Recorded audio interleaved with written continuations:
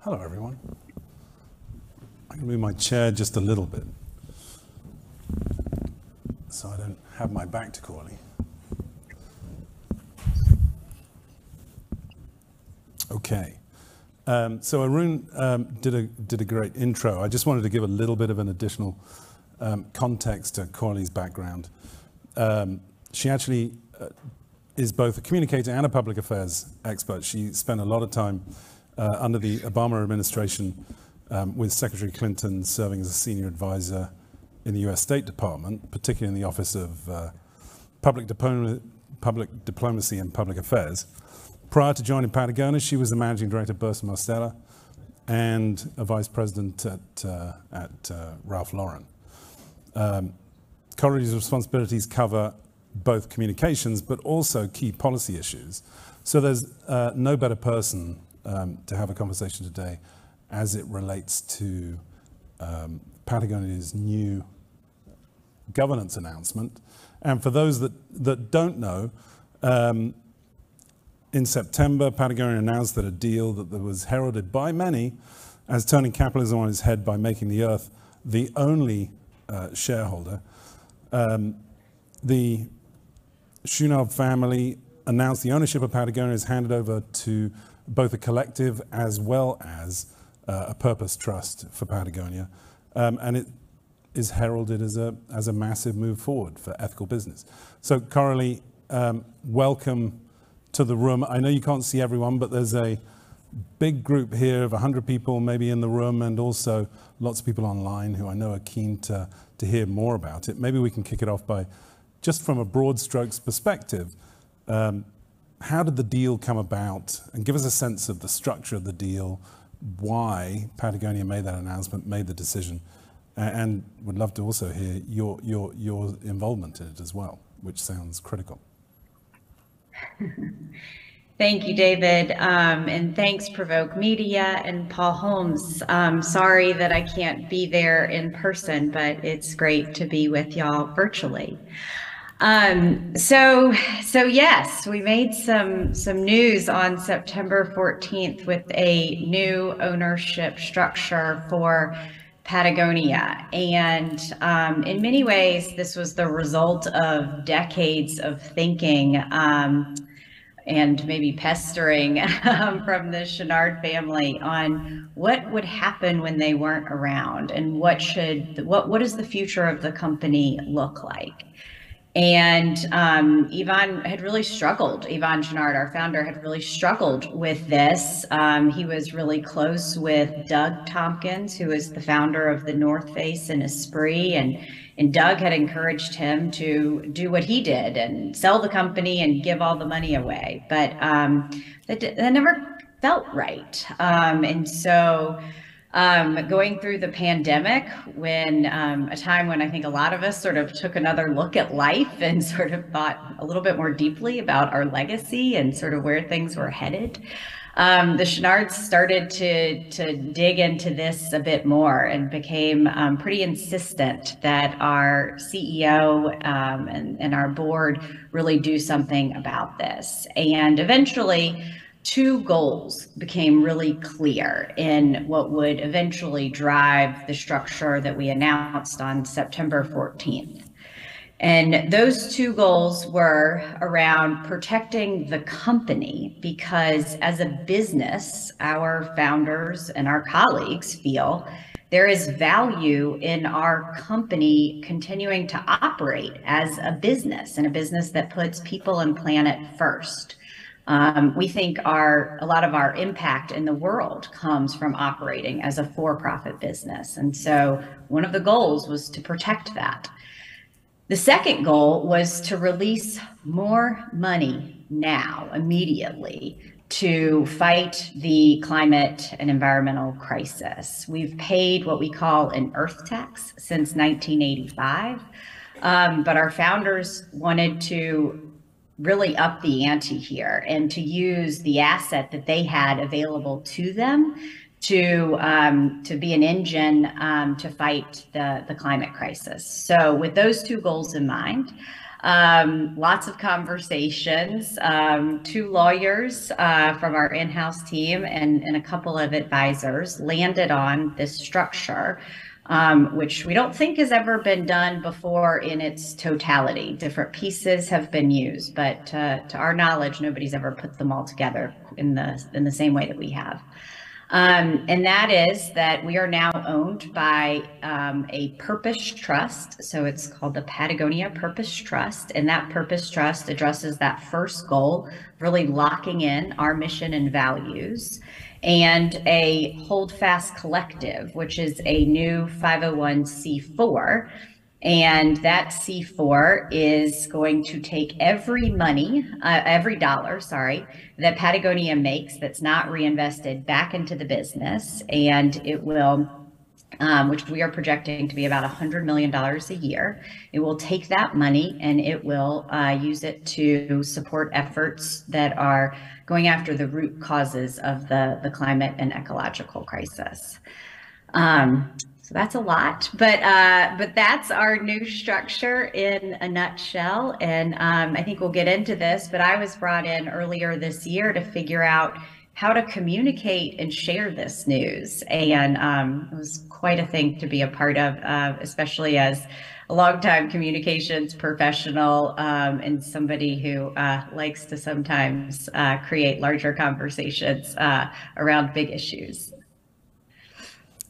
Seeing as we're on the topic of running that communication side of things, and I think we were going to leave it to a little bit later, but as we're on the topic, I'd love to, and I'm sure the audience would love to know, how do you run a communications like that? Firstly, it seems like you wanted to keep it super silent, and at the same time, you want to tell everyone about it. So tell me, give us all a sense, I think, of the timeline and what it takes to create an announcement like this. Sure.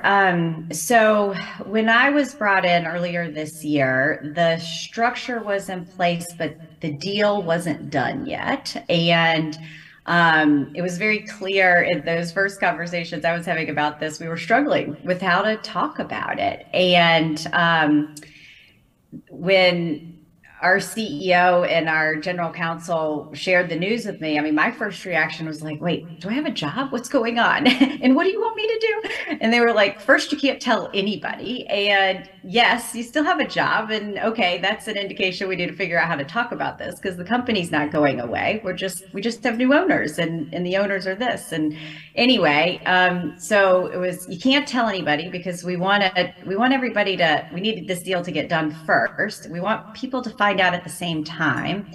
And yeah, over the next few months, think about how are we going to talk about this in a way that'll resonate. And pretty early on in that sort of process and thinking about how we would share this news, we decided that our primary audience would be our colleagues. We needed to get this right first and foremost with them, because if we didn't get this right for them, wouldn't matter what anybody else thought of it. And so we really worked on how to create a day. It ended up being a full day announcement for our colleagues that would create a baseline of understanding of what this new owner structure was, and a feeling of confidence and empowerment to our purpose and our values.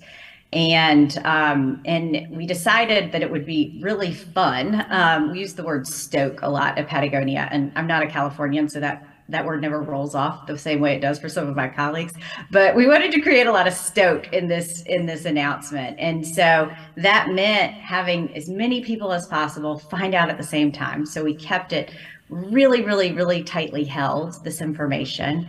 And then we built this day that would just build on the information and hopefully in a digestible way and create that sense of confidence and empowerment for this news. We decided also, of course, that our community, our external community, which we think about as our customers and the activists that we support, that they needed to know about this and have an understanding. So we created a strategy to share the news on our website, and of course, the media became an essential partner in sharing it too, but pretty limited. And yeah, again, can get a lot more into this as the conversation progresses, but it was quite an honor to be a part of it. And I think if we did anything right with the rollout, it was making sure that our colleagues were our primary audience and never losing sight of that. We heard that. We heard that from AJ, who was talking about Starbucks. And admittedly, you're both in the retail space, largely, and so employees are really important. But I do feel that employees are increasingly becoming one of the key stakeholders in everyone's considerations, irrespective of industry. Is that something you see in your experience outside of retail and in other spaces and professionals you speak to? Is employee considerations becoming more and more critical and important? Yeah, I think so. And I remember way back when in my agency days when I was at Burson Marsteller, and we used to talk a lot to our clients about companies standing more for things other than a great product or a good service. That was a baseline, but that companies needed to do more. And we've seen that conversation evolve. This notion of shareholder capitalism, stakeholder capitalism, not just shareholder capitalism.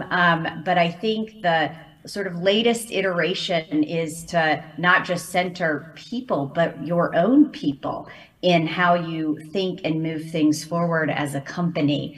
At Patagonia, I think for a long time, people have come to work here because we are purpose driven. And one of the things that I think this new structure does is really takes that to a whole new level, because all of the value that we create, including that economic value, is now going to fund our purpose. And I think it will just create just a whole different level of commitment from our people, whether they work in our stores, whether they work on the design team, building product, whether they're on the environmental advocacy team, funding nonprofits. I think all of us sort of now have a whole new level of responsibility that's pretty exciting. Yeah. There's no doubt the shift in governance model, structure, ownership, goes to support a very different model. There's no doubt also that Patagonia is out front compared to many organizations in terms of their thinking about how to be a more responsible business. I know internally you talk an awful lot about, as an organization, about do business differently, which very much fits with the heritage of the business. Can you give us a little bit of sense of what do business differently means, the overarching purpose objectives, what purpose means to Patagonia, what it means to be an employee within Patagonia as a purposeful business? I'm intrigued to know what that experience feels like. Yeah, I think at the heart of it, it's about the relationship that we offer to the product that we sell. I mean, at the most basic level. And we acknowledge we make a product that you don't actually need, but that you want. And we want you to be excited about that. But we also want to create a culture of people sort of owning things, not just consuming them. And so at the heart of one of our kind of the central part of the relationship when you do business with us is you buy something from us, we want you to hold on to it forever. We offer free repairs. When you are done with it, maybe you've outgrown it, you don't like the color anymore, whatever it is, we'll buy it back from you and then we resell it. And we try at the front end to create a product that will last forever, whether, if you're an intense mountaineer, or if you're a surfer, like whatever the conditions are that you are buying our product for, we're working to make sure that it is the most durable and quality product we have. So quality is really at the heart of the relationship that we have. But also very early on, our founder decided he never really wanted to be a businessman in the first place. And so if he was going to do business, he was going to do it differently. And he thought, we need to give back to the planet. We can't yet build a product that doesn't take from the planet. And so long as we are taking, we are going to give back. And that gave way to, and I think in 85, are paying an earth tax. And that is now turned into what we call 1% for the planet. So 1% of sales we give away to grassroots environmental nonprofits. We're thrilled that this is now a movement. Thousands of companies all over the world have joined for the same kind of value proposition. And yeah, so those are just two of the ways that we do business differently. In our charter as a company, we are a benefit corporation, which means that we have to put people and planet at the core of our decision making. And that's just another level of how we really ensure that what we say we are doing, we are actually doing, that it's not just nice corporate communications and marketing spin. I know it's a difficult one. As I've been thinking through this particular topic, I keep coming back to how does this announcement help the commercial outcomes for Patagonia? I don't know whether it's just my commercial mindset. I'm sitting there saying, you know, I get the structure, sounds great, sounds like it's got a real intention around it, but in the end, there's a bit of me that says, but isn't the aim to sell more Patagonia stuff? And that tension feels like something that Patagonia has resolved within itself. The tension of being a commercial organization that also has commitments to the world and the earth. How do those tensions play out internally with the commercial demands and the moral demands? Because I think many people struggle with that. Yeah, and we do as well. Those tensions are something we are very familiar with at Patagonia, and I would say we are uncomfortably comfortable with them too. And I think they've really led to a lot of important innovations. And I think part of that is if you think about you can't solve a problem unless you can name the problem, right? And so for us, naming that tension becomes a really important part of how we solve problems at Patagonia. And have a lot of colleagues who have been at the company almost since it was started 50 years ago. And they have remarked to me how the company has really evolved to where it used to be there was the product people and the environmental people, and they weren't always working together. Now there's no one at the company that's not an environmental person, and everybody thinks about things through this lens of we're in business to save our home planet. And that's true for our accounting team, who looks at our finance partners and how they are in conflict or in support of our central purpose. It's true for our recruiting team when we're hiring for new people. We're looking for people who have experience or passion for our purpose. Certainly true for our marketing and storytelling teams, as well as our product teams. And yeah, that tension, it can be really uncomfortable, but I think it's what makes us great. I think without that tension, we would not push ourselves. And you can imagine a lot of people who work at Patagonia are pretty intensely competitive people. And so it really gives rise to innovation and all kinds of creative thinking and yeah, just different ways of doing things. We call it business unusual. That it is. When I think about what other organizations, companies, organizations in general can learn from Patagonia's shift of ownership towards a purpose trust, what do you think business can learn? I mean, you're out there on the forefront doing something very different. You've got the ownership structure that probably allows for this to happen, a lot easier than many others. But what can other companies and organizations learn from this if they wanted to balance both a profit motive as well as a wider stakeholder and also an earth motive as well? Yeah, I mean, I think we'll see. I think a lot of the lessons to be learned from this new structure, they're unclear, right? We're not even, I guess we're just over a month in to living in it. But we do have 50 years of business unusual. And what we can say from that 50 years is if you can reframe decision making for the long term and not the short term, it will benefit your business and it will benefit your people and the planet. It's that short termism that I think has gotten into many of the problems that we see today. I think the other thing is that sometimes the business decisions that might seem really scary, risky, and expensive, they can pay off in the long run. And one example for us on that is our decision to switch to organic cotton, which we made in 1996.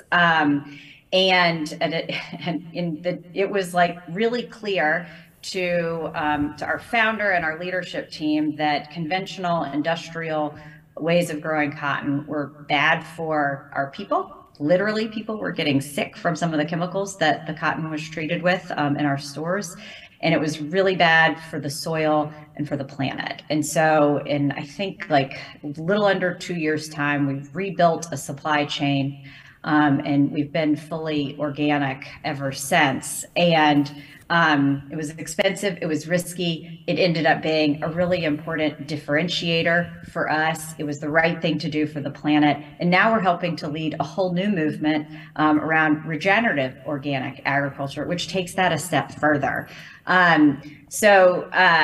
I think if you can kind of stay true to what you know, if you can reorient to longer term thinking, there's some really valuable lessons, whether you're a really big public company or you're a new startup.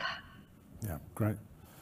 And then I think my final line of interest and inquiry, I think, is to understand the role that a communications head, such as yourself, in this deal. And I think for the industry, I think getting a real understanding of the role that you played within the decision making here and the role that communications and a policy advisor such as yourself can make in here. Because in our conversation, it was very clear that you were really in the heart of what was going on, the discussions that were going on, not just here's a brief to communicate, but instead really a strategic partner to think through the deal as well as the communications.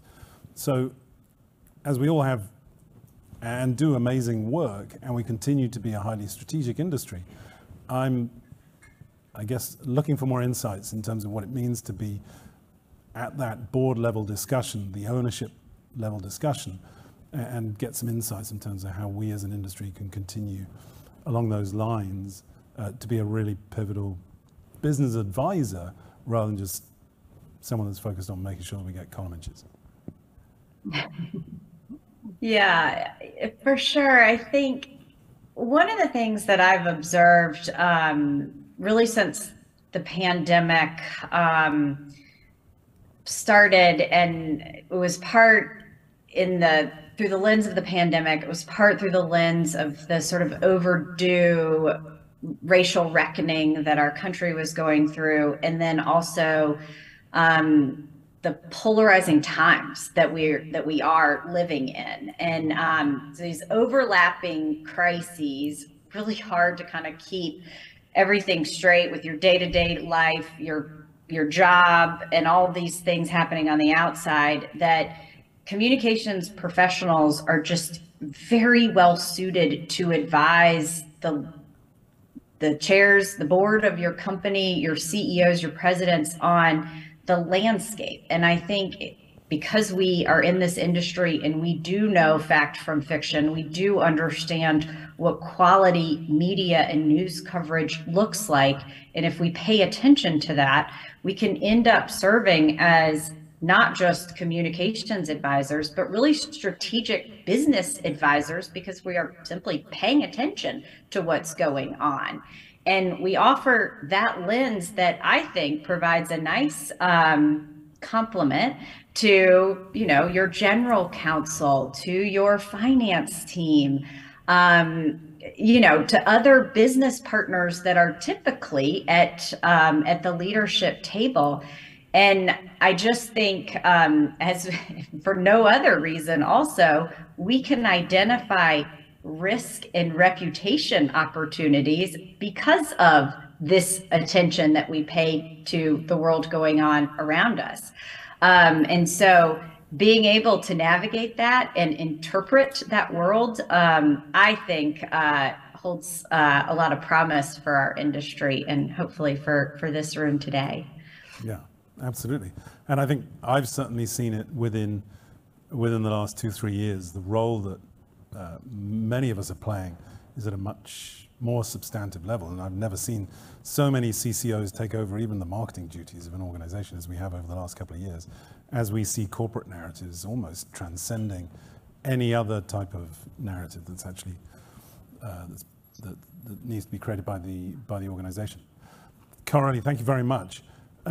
We've got 3 or so minutes left. I wanted to open it up to the floor and see if there are any questions. I genuinely can't see any hands because of the lights, but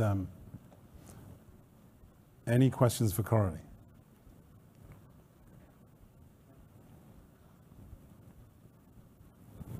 Ajay, I hope you will, Julian Bolding from the Network One. I hope you'll forgive me, but I would love to know examples of what you just mentioned just now about other companies following this lead and corporate comms taking over some of the roles of marketing. Is that?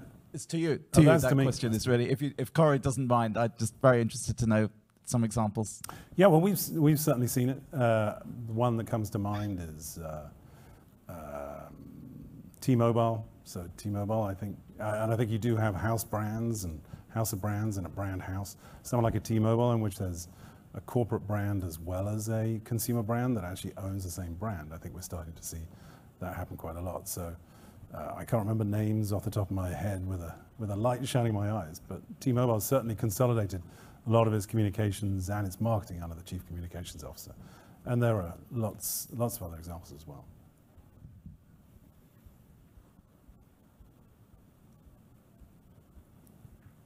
Any other questions? Ooh.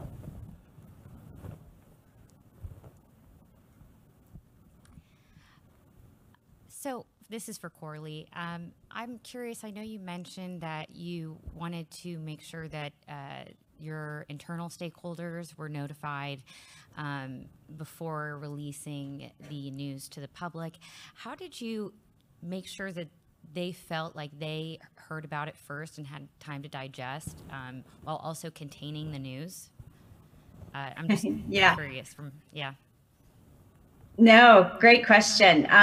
So what we did is, and again, was a really, really, really tight team. I was eventually allowed to bring in a handful of colleagues, and we decided we were going to plan a full day rollout for our people. This varied a little bit by time zone, but for instance, at our headquarters in Ventura, California, we started with a town hall, and actually before the town hall, we was both in person. It was because it was global. It was live streamed around the world to our offices around the world. But if you were in person, you did a walkthrough of 50 years of Patagonia history.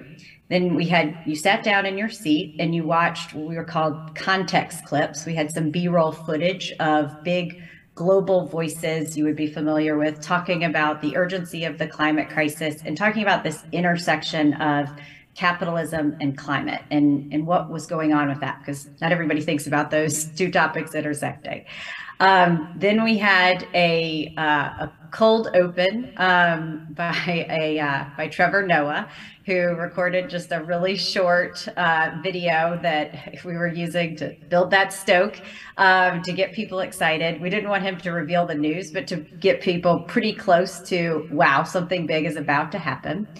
Then we had a 10-minute video that we had produced that featured our founders, a handful of our board members, our president, and our CEO. It was like a 10-minute explainer video. And then we had 4 different panels that made up the live town hall. The first one was with 2 of our former owners. And it was a conversation about why they made the decision that they made. The second panel was with our president and CEO, interviewed by our general counsel. And that was a panel about what this decision and what this new structure meant for our colleagues. The next panel, I interviewed the chair of our board about what this meant for our business and the future of capitalism.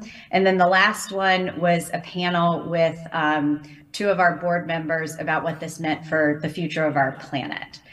From there, I had timed our exclusive with the New York Times to go live about an hour after the town hall ended. And I'll tell y'all, David Gellis at the New York Times, who had the exclusive, he was like, no way are 3,500 Patagonia colleagues going to keep this a secret. The second I see this on Twitter, I get to release the story. And I was like, fair, but I think they will. They did. They held, my colleagues held their promise. David held his. So an hour after the town hall ended, David's story went live on the New York Times, and we, just about the same time, turned over our website with a message from Yvonne Chenard to our community, explaining to our community what was going on. And then I told my team, who had just learned the news for the first time in the town hall, they came, sat down with me, and we pushed out the release to everybody else. We also had coordinated, each of my colleagues in our regional offices were able to pick one exclusive. So they sent out their exclusives, went live, and then they sent out to their regional press lists at that time too. Impressive, impressive. Okay, great. Thank you, Coralie. Thanks for taking the time with us today, and appreciate all the insights. Thank you. Thank you. Thank you.